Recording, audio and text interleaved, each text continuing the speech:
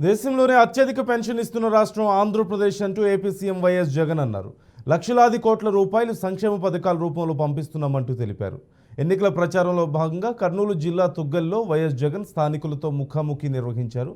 గత ప్రభుత్వంలో ఇంత సంక్షేమం ఎందుకు జరగలేదు అంటూ ప్రశ్నించారు. సంక్షేమ పథకాలు మరిన్ని కావాలంటే మరోసారి వైసీపీని గెలిపించాలంటూ పిలుపునిచ్చారు.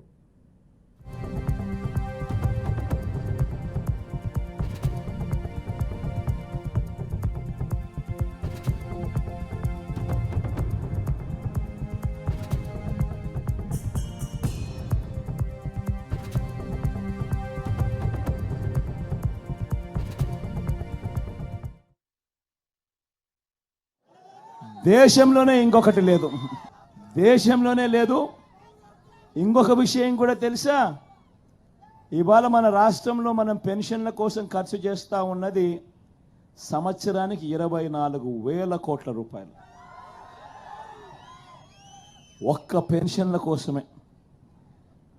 మన తర్వాత మిగతా రాష్ట్రాలు ఇదే అవ్వల కోసము, ఇదే తాతల కోసము ఏ మేరకు ప్రేమ చూపిస్తూ ఉన్నాయి, ఇదే అక్క చెల్లెమ్మల కోసం ఏ మేరకు ప్రేమ చూపిస్తూ ఉన్నాయి పెన్షన్ల విషయంగా అని చెప్పి చూస్తే, మనది 24,000 కోట్లు మనదుంటే, మన తర్వాత వేరే రాష్ట్రం ఏది ఉంది అని చెప్పి చూస్తే రెండో స్థానంలో తెలంగాణ ఉంది, కేవలం 12,000 కోట్లు.